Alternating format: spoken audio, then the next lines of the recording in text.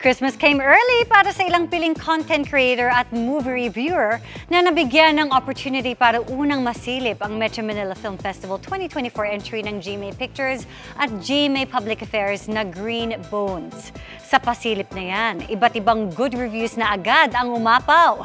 Makichika kay Nelson Canlas. Review pa lang, marami nang pinaiyak ang 2024 Metro Manila Film Fest entry ng GMA Pictures na Green Bones. Good, solid at well-produced drama ang initial review ng film critic na si Phil D. 11/10 naman ang rating na ibinigay ng influencer account na Lakwachera Lovers. Pinuri ang pagkakasulat nito, pati ang cast at ang direksyon ni MMFF 2023 Best Director Zig Dulay. Special preview ito na pinangunahan ni GMA Pictures Executive Vice President at GMA Public Affairs First Vice President Nessa Valdelion, kasamang iba pang opisyal ng Kapuso Network at Columbia Pictures na distributor nito.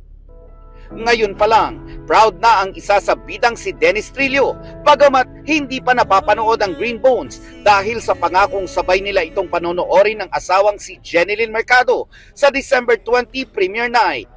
Dahil naging effective yung intention namin na kung ano yung gusto namin iparamdam sa mga manonood at kung paano nila ma-apply yung natutunan nila dito sa pelikula sa mga kanilang mga buhay. Paano sila makaka-relate. Confident naman ako sa performance ng asawa ko talagang.